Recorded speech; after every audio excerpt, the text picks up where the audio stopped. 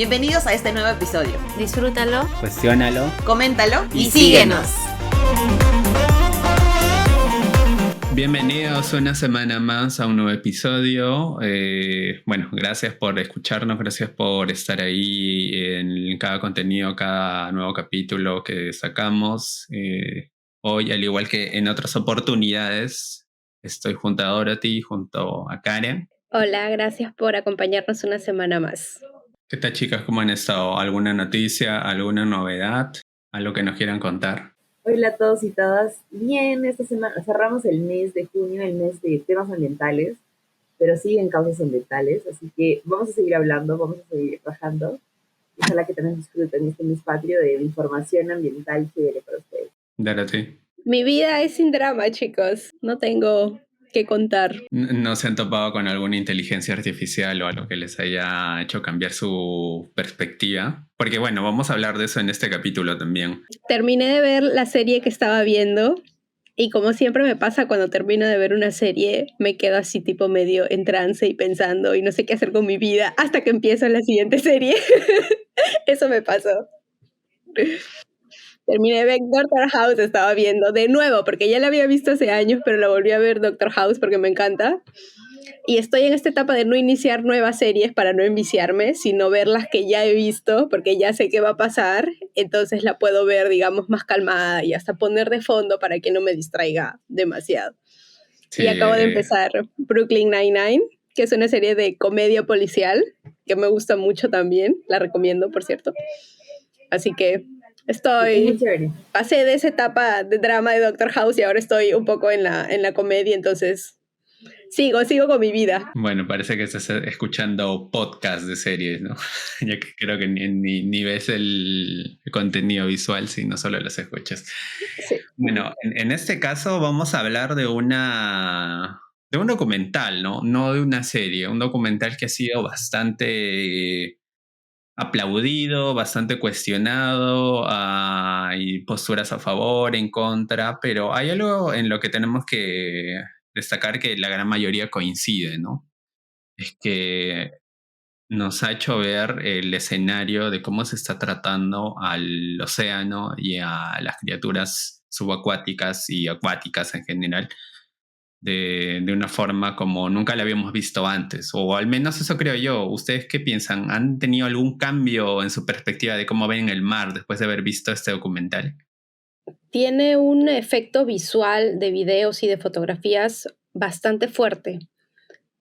Y sí me dejó, cuando terminamos, yo vi el documental con mi papá, y después de que terminó, nos miramos y nos quedamos mirando unos cuantos minutos y él me dice, entonces, ¿qué podemos hacer? No hay nada que podemos hacer, comer o no comer. Uno piensa que está comiendo pescado y de esa manera tal vez contribuye para reducir un poco el impacto de, digamos, el consumo de carnes, y piensa a veces que comiendo pescado es un poco beneficioso porque estás, digamos, diversificando. Pero luego ves estas imágenes y este contenido de cómo la pesca extensiva se está llevando a cabo y el gran impacto que está teniendo en nuestros océanos y el gran nivel de degradación que está causando, y de verdad que sí es una especie de wake-up call o un llamado a la conciencia a que uno evalúe cuáles son sus hábitos alimenticios y busque un poquito más de información para ver qué es lo que podría hacer para tal vez de alguna u otra manera contribuir. Para mí sí fue bastante chocante, especialmente algunas imágenes. Sí es bien textual y bien cruda también la forma en la que se plasma. También me impactó mucho, las imágenes son muy fuertes, es como si tú estarías ahí en cada cosa y sientes que cada cosa que consumes ha salido desde ahí, porque justo lo vimos en un capítulo anterior, ¿no? Acerca de la trazabilidad del producto. Entonces, si nosotros mismos cuestionamos la trazabilidad de nuestros productos agrícolas, o sea, lo mismo debería pasar con todos los productos de cualquier origen, ¿no? Y creo que acá te llama a decir, oye, de acá vengo, ¿no? Claro que hay otras opciones y otras perspectivas y demás, porque también te cuestionas muchas cosas que te dicen y demás, pero de todas maneras, como dice Dorothy, sales medio traumadito después de ver el episodio y con ganas de saber más al respecto, porque muchas veces, pues, bueno, al menos por mi parte, que no he crecido en una zona costera, ¿no? Que solamente he ido a Lima y pocas veces voy a la playa solo porque es la playa y no a ver qué pasa con los peces, o conocer cómo es la industria pesquera, pues de verdad te deja muchas dudas, ¿no? Yo puedo hablar de repente de lo que hay acá en mi pueblo y cosas así, pero de marino, pues no conozco nada porque nunca he ido como a ver la ruta y sí, me impactó bastante. Y especialmente, como dices, Karen, en costa que tenemos tan arraigado y el consumo de pescado es cultural, precisamente porque tenemos la salida al mar y somos considerados puerto pesquero. Uno de nuestros platos más emblemáticos es el ceviche y esa base de pescado. Y tenemos una rica gastronomía pesquera, mariscos, una diversidad de platos y potajes que son parte de nuestra crianza prácticamente y de nuestra alimentación diaria, especialmente de los que vivimos en la costa. Y diría tal vez de los que viven más en el norte costero del Perú, que tal vez nosotros que estamos en Lima, que es la parte un poco más céntrica. Sí, son perspectivas bastante, no sé, comunes o que creo que a la mayoría de las personas que han visto el documental les ha pasado. También me incluyo, sí, pero hay algo que sí me gusta destacar a mí, es que normalmente cuando uno trata de hacer sensibilización o capacitación, o incluso esto lo vemos cuando, no sé, si al que he tenido oportunidad de pasar a una charla, por ejemplo, de seguridad ocupacional, bueno, y eso no lo digo yo, sino lo dicen capacitadores, especialistas en el tema, que más o menos pueden dividir entre dos ramas de cómo tratar estas cosas. Uno, el capacitador, el instructor que te muestra las cosas bastante gráficas. Que digamos, si te dice o te hace una charla de trabajos en altura, te muestra la imagen de una persona que se cayó y cómo de mal terminó en el piso. O sea, es bastante crudo, ¿no? Pero Ay, hay sí. otra corriente. Sí. Recuerdo en una capacitación nos pusieron unas imágenes súper textuales y fue un poco chocante porque no es algo que te esperas ver en tu día a día o en una presentación normal que uno podría tener. Sí, pero también hay otro lado que te dice que las capacitaciones o las charlas son la sensibilización. En este caso que creo que queremos eso, educar también a las personas. No tiene que ser así, tiene que ser de una forma más tranquila, llevadera y de hecho llegar al mensaje que se quiere transmitir, pero no siendo tal vez tan gráficos, ¿no? Hay diferentes posturas a esto, investigaciones, hay personas que estarán a favor de una u otra, pero particularmente yo no, yo estoy más a favor de que las charlas se tienen que hacer de otra forma, tal vez dar casos prácticos, enseñar con el ejemplo, más que mostrarte el resultado final, que puede ser muchas veces catastrófico. Bueno, empezamos con eso. Si es que no he dicho hasta ahora, vamos a hablar de Seaspiracy, un documental que está alojado en Netflix, esta plataforma que también últimamente tiene algunos problemas en audiencia y demás. Bueno, pueden verla a través de esta plataforma principalmente. Yo creo que vale la pena. Es una de las pocas cosas por las que pagaría Netflix otra vez, porque solo pagué un mes de Netflix por otra serie, pero también por esto. A pesar de que no estoy a favor en gran cantidad del contenido que se muestra y en varios de los argumentos que vamos a estar desarrollando. Pero, a ver, para empezar, y sin ánimo de hacer mucho spoiler, voy a listar algunos puntos que destacan dentro de la narración del documental y si tal vez ahí me pueden ayudar, chicas, si se me pasa alguno. Y bueno, y la persona que no ha visto el documental, no quiere spoilers, pueden pasarse estos que seremos máximo 5 minutos. Adelante en el podcast. Pasen a los 5 minutos siguientes donde vamos a empezar ya a discutir algunos puntos claves del documental.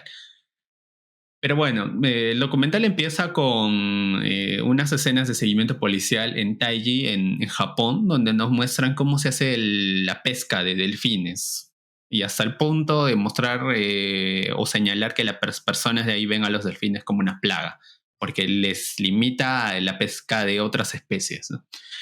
No lo sé, algo que siempre me ha llamado la atención es que muchas series, documentales, caricaturas, etcétera, siempre se destaca de que los japoneses aman el pescado por alguna u otra forma.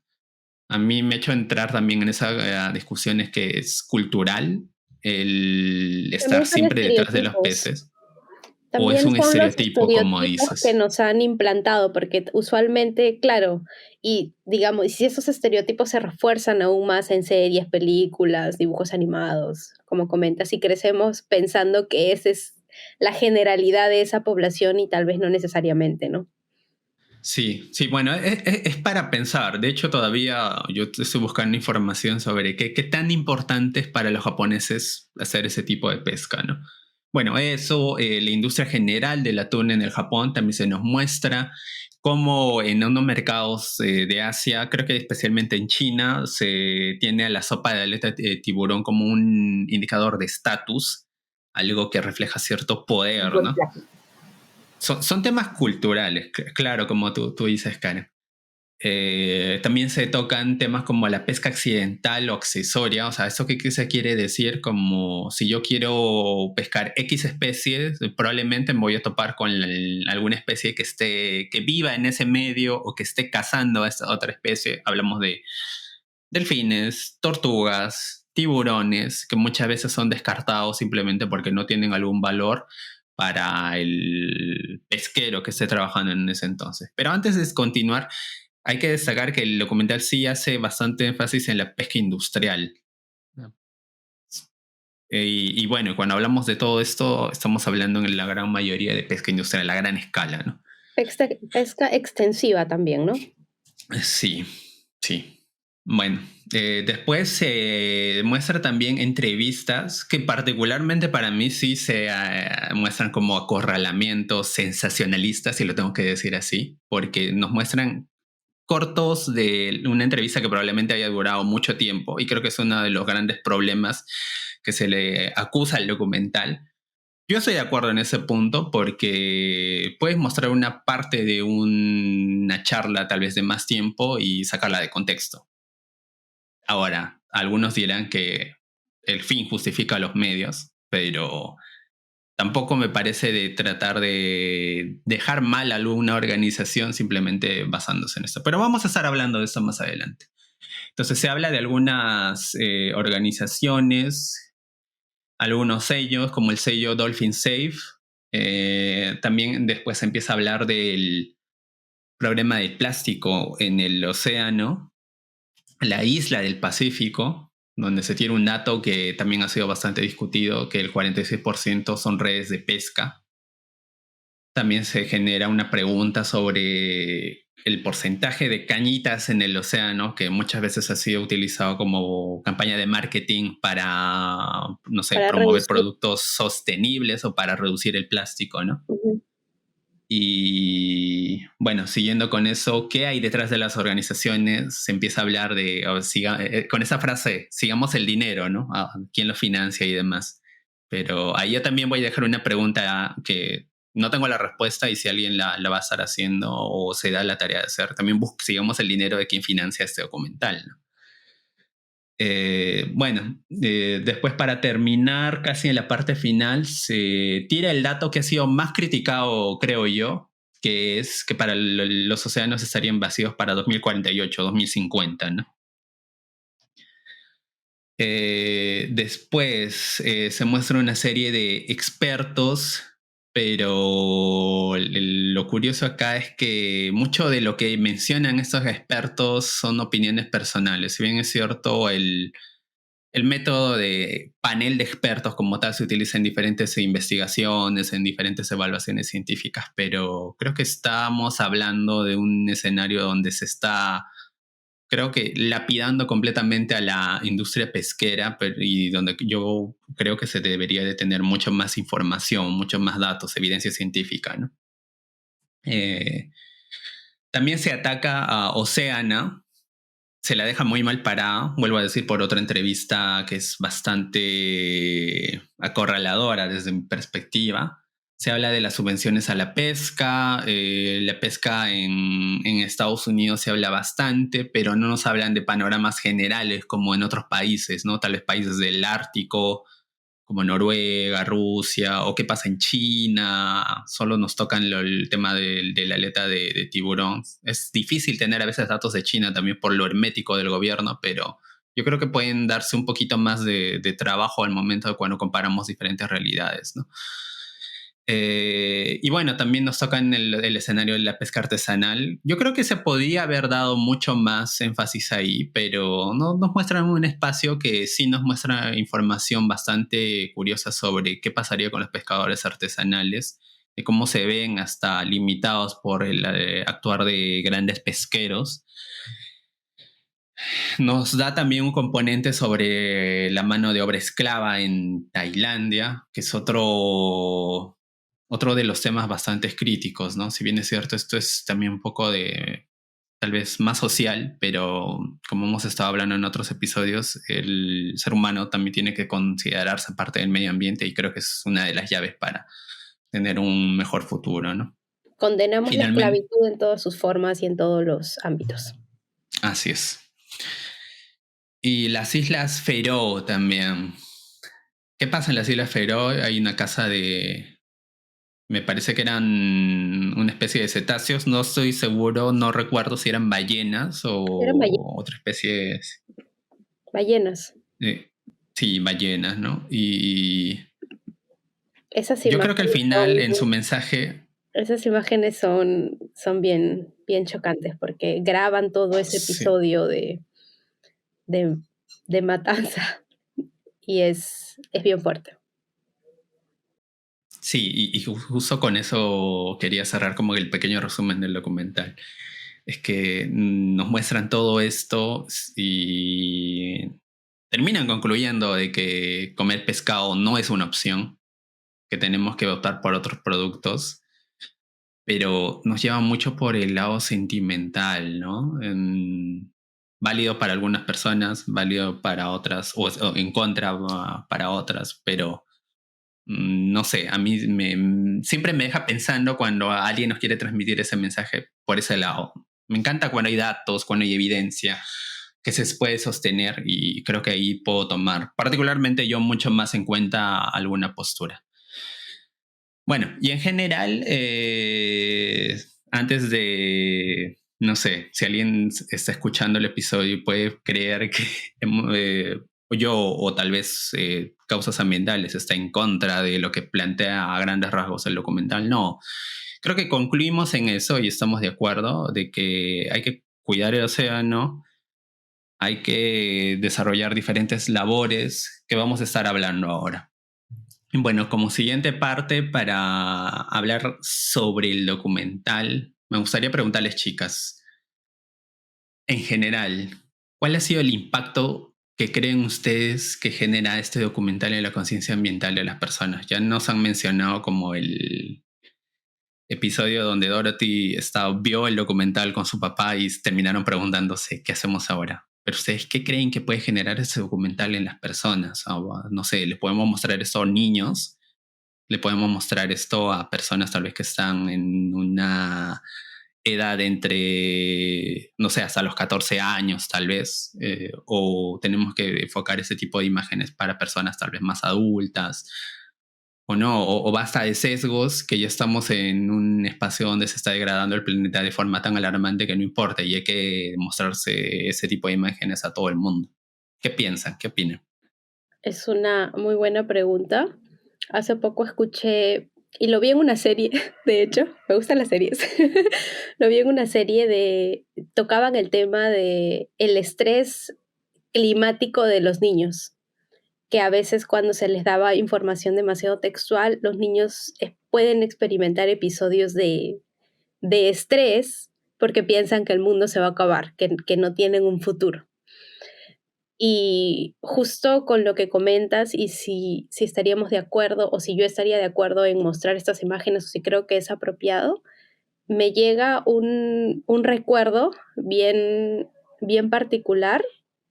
Estaba viendo una película con mi primito / hermanito porque ha crecido conmigo aquí en mi casa. Entonces, estábamos viendo una película, no recuerdo el nombre de esta película, pero es de es de la India, si no me equivoco. Una persona se queda en una embarcación encerrado con un tigre. La historia de Pi. Ahí está, exactamente. Estuvimos viendo esa película. Y hay una escena, para no caer en mucho spoiler, porque ha sido hace años, tampoco me acuerdo toda la trama, pero una escena bien particular en la que él se da cuenta que el tigre estaba ahí con él. Entonces él como que intenta tipo atacarlo y entran como que en una especie de enfrentamiento y él saca una especie de arma punzante, cortopunzante, para como ahuyentarlo y están así.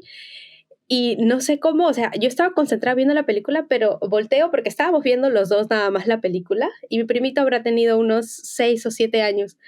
Y de pronto lo veo y él estaba llorando, comenzó a llorar y él, no, van a lastimar al tigrecito, van a lastimarlo y se puso a llorar. Todavía no había pasado nada, todavía ni siquiera lo había tocado, pero solamente este enfrentamiento del peligro que se sintió hacia el animal lo hizo ponerse en esa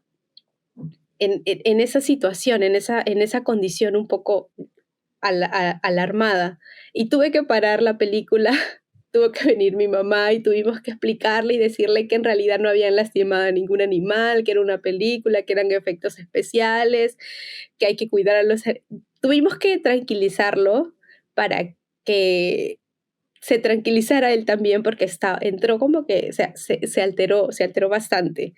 Y si yo me pongo a pensar en estas imágenes que nosotros hemos visto y que nos han parecido bastante chocantes, y llegó un punto en el que hay algunas escenas en las que, especialmente de los asesinatos, de las cacerías, en los que sí tuve que parar un rato la película, el documental, para tipo como tomar un respiro y luego continuar, porque teníamos de tarea nosotros ver este documental desde inicio a final para poder obviamente hablar, formar nuestra opinión y hacer un análisis crítico. Pero yo no le mostraría esas imágenes, no la vería con mi primito, no la vería con un niño. Creo que son demasiado crudas, demasiado textuales. Algunas partes sí, porque creo que los datos son importantes y creo que está bien ver documentales, pero sí, digamos, creo que deberíamos de hacer una vista previa del contenido, tal vez, antes de verlo con un niño pequeño. Y no sé, tal vez con adultos, con personas que están en la universidad, ¿tú crees que sería más apropiado de todas maneras, sí. vamos a utilizar eso como herramienta de concienciación? Creo que sí, porque creo que en general creo que estas imágenes son un poco más o hasta más, no tengo la palabra, no diría más productivas, pero sí más eficaces en tal vez hacerte entrar un poco en conciencia, porque ves la realidad de lo que está pasando. Creo que un problema que tenemos es que esa invisibilización del grado de impacto que están causando nuestras actividades. Tú comes tu pescado bien rico, pero no sabes cómo proviene. Tal vez si supieras el daño que se está haciendo, lo pensarías 2 veces. Y con eso no digo dejar de consumir al 100%, pero tal vez reducir tu consumo o buscar otras prácticas. Hacer la trazabilidad, que es lo que estamos nosotros también haciendo. Lo hicimos, como mencionó Karen, en los capítulos anteriores. Sí creo que sería una buena forma de generar conciencia, pero obviamente en personas más adultas. Esas imágenes con niños yo no recomendaría usarlas. Sí, justo acabo de volver a entrar a Netflix para ver la edad, y la edad recomendada, según la plataforma, es de 16 años en adelante. Que es un indicador bastante llamativo, ¿no? Porque es la publicada. Ajá. Ahora, el contenido para 16 a más, no sé, en otra categoría creo que ya son con escenas muy, muy fuertes. No sé qué película de terror, por ejemplo, tiene 16 a más. Escenas sexys. Pero sí, mi perspectiva es en cuanto al tema, como yo les contaba, ¿no? O sea, nosotros estamos justo evaluando el tema de la trazabilidad del producto, y el enfoque para las personas, para visualizarlo, es justamente darte cuenta que el problema existe, ¿no? cuando alguien diseña cualquier material gráfico, incluso lo que nosotros estamos haciendo ahorita, o los reels que nosotros hacemos, o lo que fuese, tiene una intención. Como decía Paul, hay formas, hay metodologías, hay enfoques para llamar tu atención que voy a tener que usar.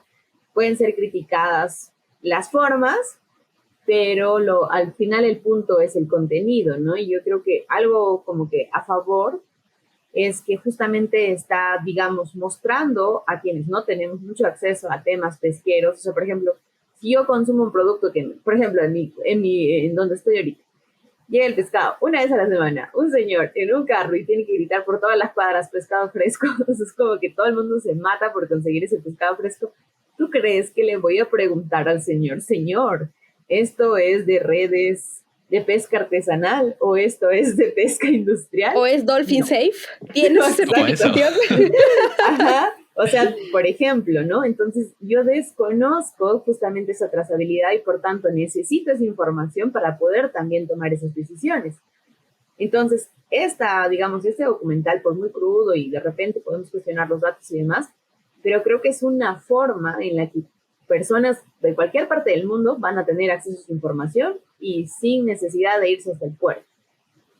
Ahora, por otra parte está el tema de que también nosotros como consumidores de contenido ya no estamos en la época en la que la televisión me vendía todo, ¿no? O la época en la que nosotros cuestionamos, Hollywood vendiendo a Estados Unidos como el salvador del mundo siempre, ¿no? Porque siempre, o tenemos estereotipos. Y el resto del mundo son los villanos. Exacto. Y nosotros las víctimas. Exacto, ¿no? Va a venir Capitán América y fin. Y pero, por ejemplo, ese tipo de cosas van a pasar en cualquier tipo de producción, ¿no? Si es que hay algún interés de por medio, si es que fuese así, digo fuese, sospechosamente, pues de todas maneras yo como consumidor yo también tengo que cuestionarme que al ver este contenido debería buscar otras opciones y de repente, como bien decía, cuestionar los datos que me dan, ¿no?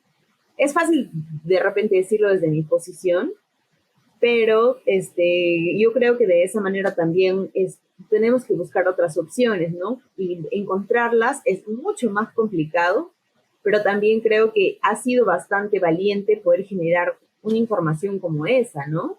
O sea, decirle, oye, mira lo que están haciendo las industrias, oye, mira lo que está haciendo, porque creo que muchas veces pocos se atreven a hacer eso o pocos tienen el presupuesto para hacer eso, porque de todas maneras para hacer esas tomas que han hecho, me imagino que habrán gastado pues la plata, ¿no? Y encima exigirles que vayan a más puertos, a más lugares. Oye, ¿por qué no vienes acá a Chancay a ver el derrame de petróleo que aún nos afecta a los peruanos? Porque no se habla nada, por ejemplo, de derrames, de afectaciones, es como que contra la pesca y la pesca, ¿no? Pero, por ejemplo, ese tipo de cositas así puntuales, por ejemplo, así como que en zonas más localizadas. Entonces, yo creo que es una perspectiva y me parece bastante válida porque nos da acceso a información que no todos podemos tener, pero que como consumidores, desde causas ambientales, al menos nosotros siempre buscamos que lo cuestionemos, lo conversemos y busquemos fuentes, pues, ¿no? Y si no estamos en esa posibilidad, difundamos, hablamos. No todos nuestros papás como dice Dorothy, probablemente lo van a creer más fácil, ¿no? O los niños se van a impactar mucho más, pero justamente ahí va la responsabilidad de quienes o tenemos el privilegio, porque es un privilegio también esto, de poder cuestionarnos. Sí, algo que me ha hecho pensar lo que ustedes han dicho, y lo he escuchado en podcast, me parece que en algún libro y en general me imagino que hasta debe haber algún estudio, y yo también tengo la percepción de que es así, es lo siguiente, creo que las generaciones cada vez más son más difíciles de impresionar. Sí. Hago referencia con esto a las películas de terror. Las películas de terror, no sé, de los 50, míralas hoy día y vas a decir, eso les daba miedo. Un chiste. Ahora, y mira las películas de terror de hoy en día y nuestros padres probablemente no van a dormir una semana viendo eso. Entonces, por ese lado le doy cierta validez. Y en general al documental me parece, como has dicho, es perfecto y no me gustaría caer en lo que el documental también hace, porque creo que hay que decirlo así. Hay acciones de diferentes organizaciones que no serán perfectas, pero están teniendo algún tipo de resultado, están tratando Lo de promover el intentan, mensaje. Por último, lo creo yo. intentan, como dices tú, Dorothy. Y tratar de tirarse abajo todo lo que hacen estas organizaciones, simplemente porque una persona tal vez se vio acorralada en una entrevista y no supo qué decir. Me parece, eso sí, bastante cuestionable. Y por eso no es que me gustaría caer en lo mismo con el documental, que el documental está mal y ya, ¿no? No, está bien. Y de hecho muchos especialistas señalan lo mismo. A pesar de los errores, a pesar de la narrativa, a pesar de X cosas que se le pueda acusar al documental, como has dicho, Karen, es una perspectiva que nos va a ayudar a ver el problema que está ahí. El problema no se puede negar. Y creo que hay que quedarnos con eso en general. Pero como nos gusta ser también quisquillosos y bien fregados, al menos yo, vamos a hablar ahora de algunos datos que han sido los principales puestos o los principales datos que han sido así verificados, Cuestionados. criticados, cuestionados. Exacto. El primero que hay que destacar es la afirmación de que los océanos estarían virtualmente vacíos para 2048. Este dato se basa en una publicación del 2006 que se publica en New York Times. Lo curioso es que al año de publicación del documental, el mismo autor de este estudio señala que al 2006, al 2021 que se publicó el documental, había más de 15 años, la situación era diferente y donde probablemente los diferentes esfuerzos que se han tomado desde entonces han hecho que ese escenario no sea ni siquiera tomado en cuenta por alguna investigación. Porque cito, de acuerdo a una nota que se publica en la BBC, de que hay innumerables esfuerzos en marcha para reparar el daño que se ha hecho. Esto señalado por el mismo autor. No es la única fuente que critica este dato. Creo que cada uno puede empezar a buscar mucho más. Pero eso no quita del fondo de que sí, algo que señalan en el documental y también me ha hecho pensar mucho más que creo yo que las imágenes que se han mostrado, es que hacen la analogía de que en el mar se da la única cacería que probablemente no veríamos en tierra. O sea, imagínense pasar por un bosque con una red enorme y atrapar todo lo que pueda. La Creo que pesca de nadie nos va a arrastre. permitir, ningún gobierno, y va a ser bastante cuestionable. ¿O qué piensan ustedes? La pesca de arrastre, sí. Y es totalmente devastadora. Yo le hago esta analogía de, creo que todos hemos visto cómo trabaja una grúa o un montacarga. Arrastra y saca la tierra, pero tú tienes el terreno prácticamente descampado porque lo único que quieres es que saque la tierra nada más. En el océano no es así. En el océano llega la red o la máquina y mueve todo a su paso, sin importarle quién esté en ese suelo, qué especies vegetales, qué especies animales estén viviendo en ese ecosistema específico, y destruyen todo a su paso. Lo escuché también en una entrevista en un podcast a una bióloga marina, que de hecho ella estudió, si no me equivoco, ingeniería pesquera, ingeniería de pesca industrial o algo similar, y tuvo una visita a uno de los puertos para, digamos, ver cómo funcionaba ese proceso, para que les enseñen cómo hacían la pesca industrial. Y digamos, ver eso para ella, porque efectivamente así es como se pesca y todavía se sigue pescando, ver eso, ella dijo, no, yo no puedo seguir con esto, yo no pienso ser cómplice o partícipe de tremenda destrucción, de tanto nivel de impacto, de devastación, porque de verdad arrasaban todo a su paso. Y eso fue lo que a ella le hizo cambiar de carrera, dejar ese, digamos, y ella ahora es una fotógrafa de conservación. Lo voy a poner el nombre porque a raíz de esta entrevista que escuché la comencé a buscar y en realidad es una fotógrafa muy reconocida de conservación a nivel mundial. Probablemente sí varios la han escuchado. No recuerdo su nombre ahorita, pero lo vamos a poner ahí para que también la puedan Sí, buscar. ahí la dejamos en la descripción. Karen. Lo que me parece en cuanto a la pesca de arrastre, creo que, bueno, al menos desde varias perspectivas, si es que estás, digamos, en el tema ambiental, creo que ya era un tema que lo hubiésemos escuchado, ¿no? Pero como vuelvo a decir, no todos sabemos las formas, porque nadie conoce realmente, si es que, como lo vuelvo a decir, si no conozco o tengo mucho poco acceso a estos productos, me pregunto muy poco cómo lo capturan, ¿no? Creo que, bueno, al menos de las primeras informaciones que uno en el tema del sector ambiental tiene es la conservación de arrecifes, ¿no? Ni siquiera te ponen a pensar en esta captación masiva, sino te dicen, daña los arrecifes y estos son ecosistemas que demoran tiempo y bla, bla, bla, bla, bla, bla, bla. ¿No? Entonces, yo recuerdo eso como un factor importante y, por ejemplo, he visto muchas ONGs que están, organizaciones internacionales también que están trabajando en la reconstrucción de estos ecosistemas, ¿no? Entonces, yo en ese aspecto, y ya viendo un poco más este documental también, me preguntaba, porque no conocía mucho, era el tema de hasta cuándo puede intervenir las autoridades en esto, ¿no? O sea, hasta cuánto yo puedo ir y decirle, oye, ya, una vez nomás mete la red. O de repente a partir del kilómetro tal. Y creo que eso sí es lo que existe, ¿no? O sea, desde a partir del kilómetro tal de la límite costera recién puedes ejecutar dichas actividades.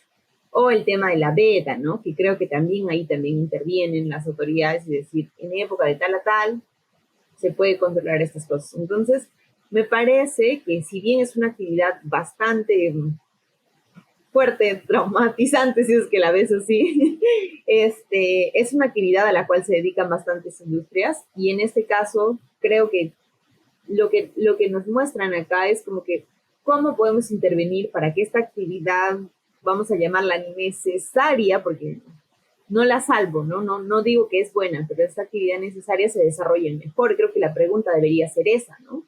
Más allá de la pregunta de me impactó o no me impactó, cómo esta actividad va a poder ser de repente más controlada o qué otras opciones hay y demás, para que de esa manera también nosotros conozcamos las otras opciones y veamos el tipo de producto tanto que quieres consumir o en dónde pueden intervenir las otras organizaciones públicas o privadas, ¿no?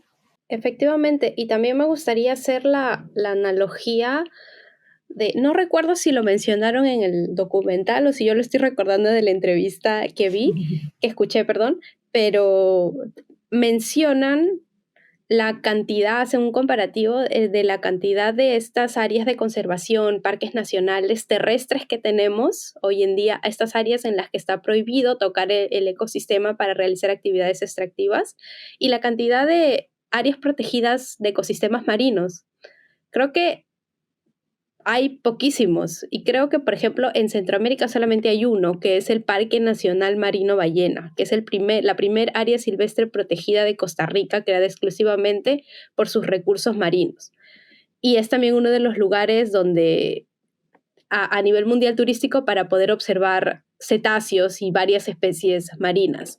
Y si comparamos, yo los fomento a que busquen cuántos parques nacionales terrestres tenemos, cuántas áreas protegidas y cuántas marinas, y la cantidad es totalmente abismal.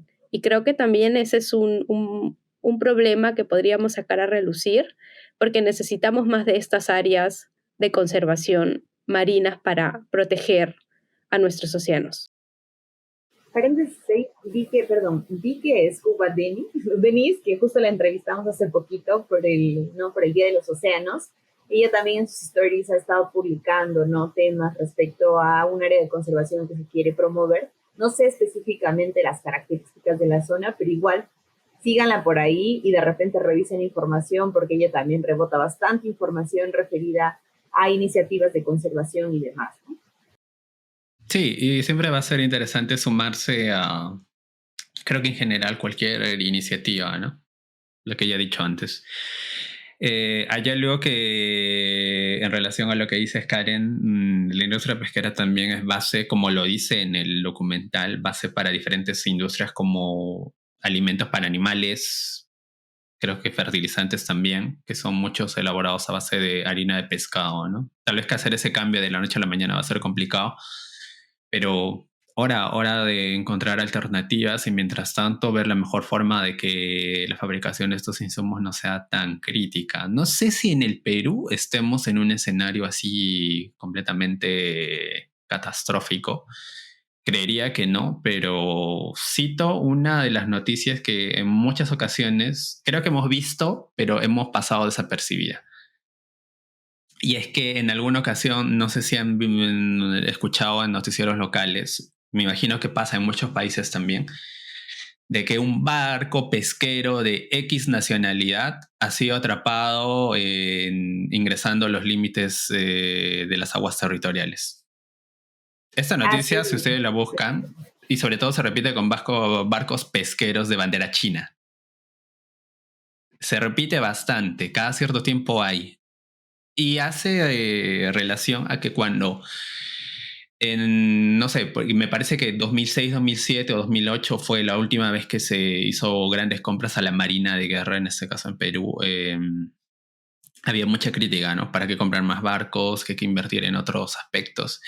Pero vuelvo a citar también el documental. Quien se encarga de patrullar los océanos es la Marina. Entonces, lamentablemente, una de las formas más efectivas es eso, estar ahí tratando de patrullar, ver que no se invadan, que se respeten los permisos y demás. Y que creo que, mal que bien, nuestra Marina está haciendo ese trabajo porque, vuelvo a citar, se ven esas noticias y es porque están trabajando, ¿no? Cada vez que atrapan un barco de este tipo.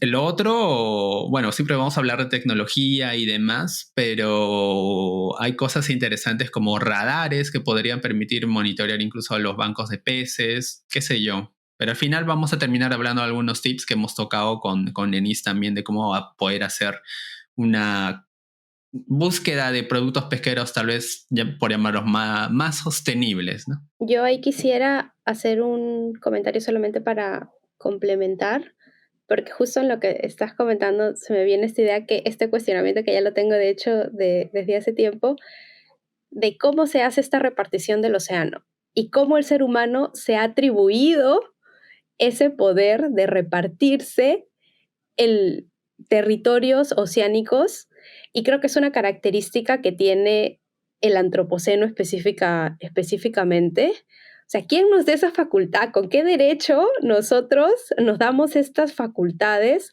de poder hacer y deshacer y nos atribuimos este título de propiedad de algo que ha estado mucho antes de nosotros y va a seguir mucho después de que nosotros sigamos existiendo? ¿Qué nivel, creo yo, de arrogancia del ser humano para darse este tipo de atribuciones, de reparticiones y de decir, ok, esto es mío y yo con esto hago lo que se me da absolutamente la gana? Y creo que es algo que deberíamos de cuestionar, porque yo no estoy de acuerdo. Pero ahí en ese enfoque, y yo también, o sea, claro, no es como que te puedo decir soy dueña de esto, ¿no? Pero desde el enfoque tanto de aprovechamiento y de conservación, también sería un problema si es que hay temas en disputa, o sea, si cualquier temita en disputa, o sea, todo lo que no se ha repartido en el mundo lastimosamente es pleito. O sea, claro, está mal que lo hayamos hecho, pero si no lo hubiésemos hecho, cada quien hubiese agarrado lo que hubiese querido y nadie hubiera controlado nada. Pues esa es la otra cara también. No está... Sí, o sea, la gestión en general, ¿no? Más allá de que sea propiedad o no, pero el hecho de administrar también requiere un poco de eso, llegar a acuerdos y decirte toca esa parte a ti o no, ¿no? Yo creo que es un tema también para conversarlo y de hecho me salen muchos argumentos a favor históricos para lograr esto. Pero no sé, creo que podemos hablarlo tal vez en otro episodio sobre que probablemente se va a dar, ¿no?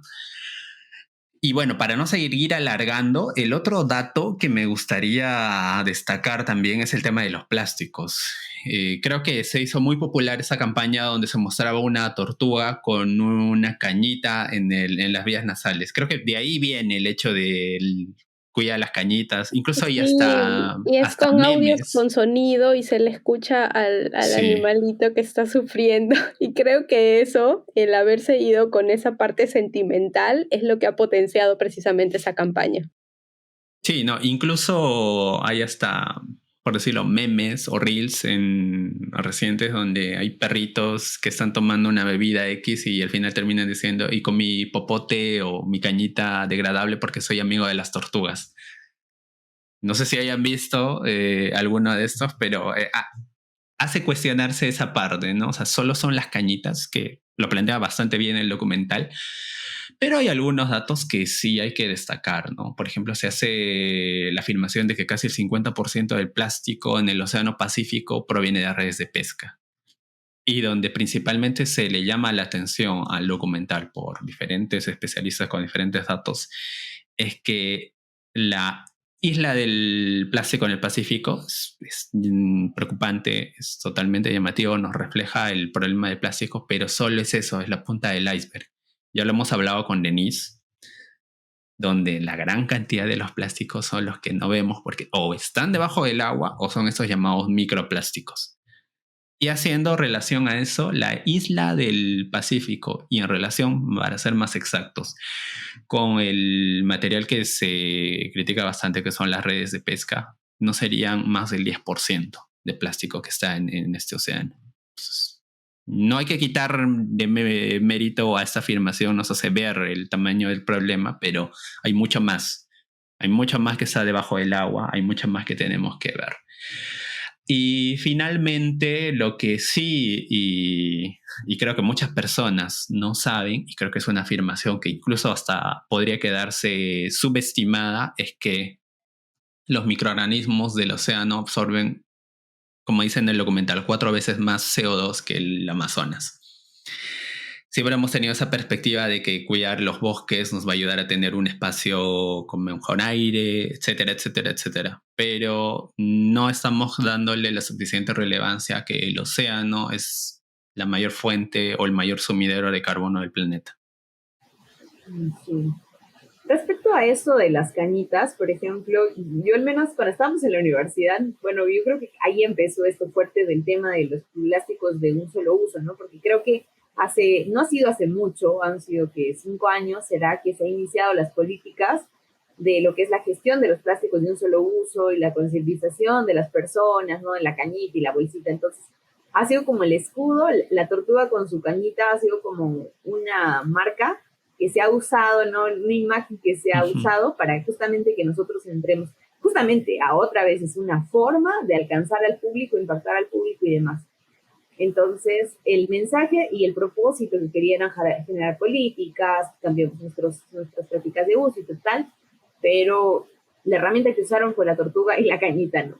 Incluso creo que ha sido importante porque ha sido también yo creo que ha sido una ventana importante para que las personas o las instancias o los países en general comiencen a involucrarse más en el tema, y creo que está dando resultados, ¿no? O sea, de alguna manera se está controlando este mercado de los plásticos de un solo uso, aunque sea generando impuestos y demás, y me parece bueno, pero como dice, está tapando un poco qué está pasando en el océano porque me centré solo en la cañita.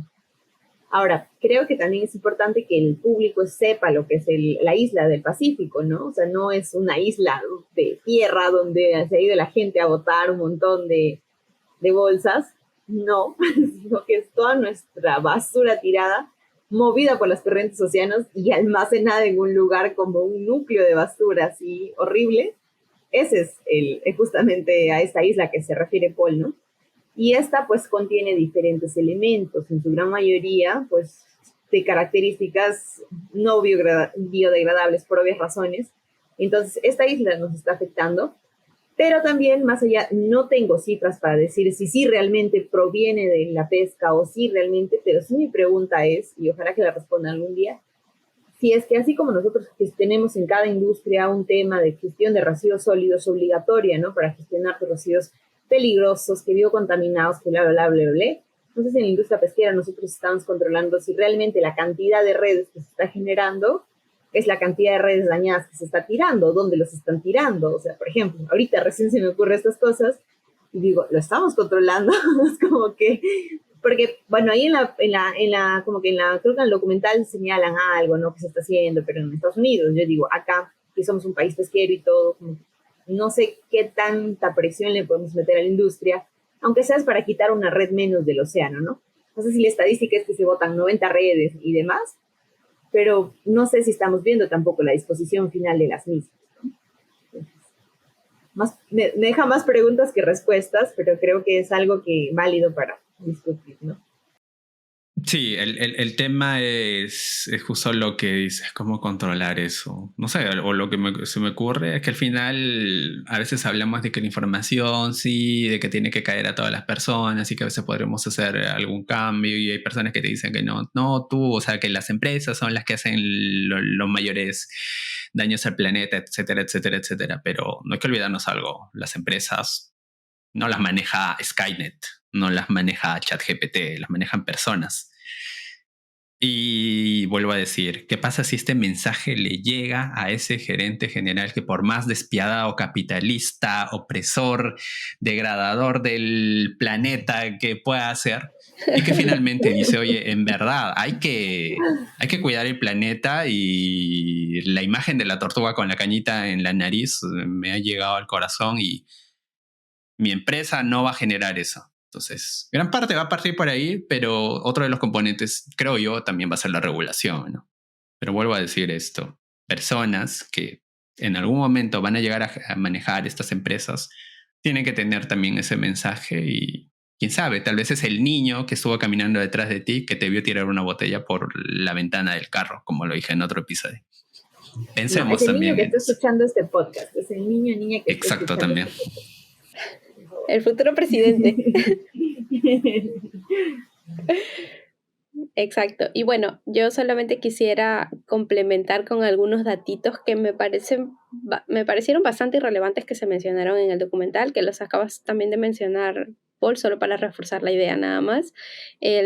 Nos dice, ¿no? El océano es un sumidero de carbono, el 93% del CO2 del planeta está siendo almacenado y que solamente liberar un 1% de este gran sumidero que tenemos en nuestros mares sería equivalente a las emisiones de 97 millones de autos. Imagínate esa cantidad. También nos hacen la comparación entre la deforestación de la selva con también la destrucción de este lecho, de este suelo marino. Anualmente nos dan estas estimaciones, ¿no? Anualmente 10 millones de autos, de bosques se deforestan, que equivale, por ejemplo, para tal vez conceptualizar el problema, a 27 estadios por minuto.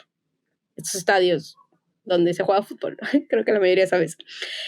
Pero en el océano, más de 1.500 millones de hectáreas de suelo marino se deforestan, se degradan, se destruyen anualmente. Y esto equivale a perder más de 4.000 estadios por minuto de suelo marino. Y nuevamente venimos al problema de la invisibilización y por qué es importante tener estas imágenes, estos videos y ver el impacto que se está causando. Porque la verdad es que ojos que no ven, corazón que no siente, y eso a veces se aplica para muchas personas, y me incluyo que en algunos problemas también podría haber, tal vez ser un poquito más consciente sobre un tema, pero viendo realmente la capacidad, el nivel de impacto que tiene visualmente, podría ayudarme a inclinarme hacia prácticas más sostenibles. Entonces, nuevamente es con lo que comenta, porque pasa si el gran CEO ve este documental, ve el impacto que está causando una cierta industria, y esta persona que tiene realmente poder de decisión, porque tiene los medios, lamentablemente muchas personas quisieran hacer algo, pero no tienen los medios, no están en la mesa ejecutiva, no están en ese grupo de tomadores de decisión, en este grupo que lidera el mundo prácticamente y que decide cuál es el curso de la humanidad. Lamentablemente es así, hay personas, es un grupo de personas pequeños que están decidiendo cuál es el curso de los millones y millones de personas que viven en este planeta. Y si uno cambia, se podría tal vez crear una cadena de cambio también. Entonces, bueno, yo me quedo, lanzo esa idea y pasemos esta información. Bueno, ha sido un episodio creo bastante crítico, no sé, creo que de las charlas más productivas que hemos tenido hasta ahora. Y bueno, agradecerles por esta semana más. En general, vean el documental. Ya hemos advertido que tiene escenas bastante fuertes, depende de cada público. Particularmente... Pero necesarias, creo. Bueno, particularmente no soy partidario de mostrar esas escenas, pero con esa advertencia creo que uno lo puede hacer. Llama la atención y cada uno forme su propia opinión también, ¿no? Hemos mostrado algunos datitos y creo que con eso cerramos este episodio. agradecerles, como ya hemos dicho, por todos sus comentarios, por cada me gusta que nos dan y ya nos vemos la siguiente semana. Síganos en nuestras redes sociales, escuchen nuestros episodios semana a semana y nos vemos. Tengan un bonito día. Chao chicos, gracias.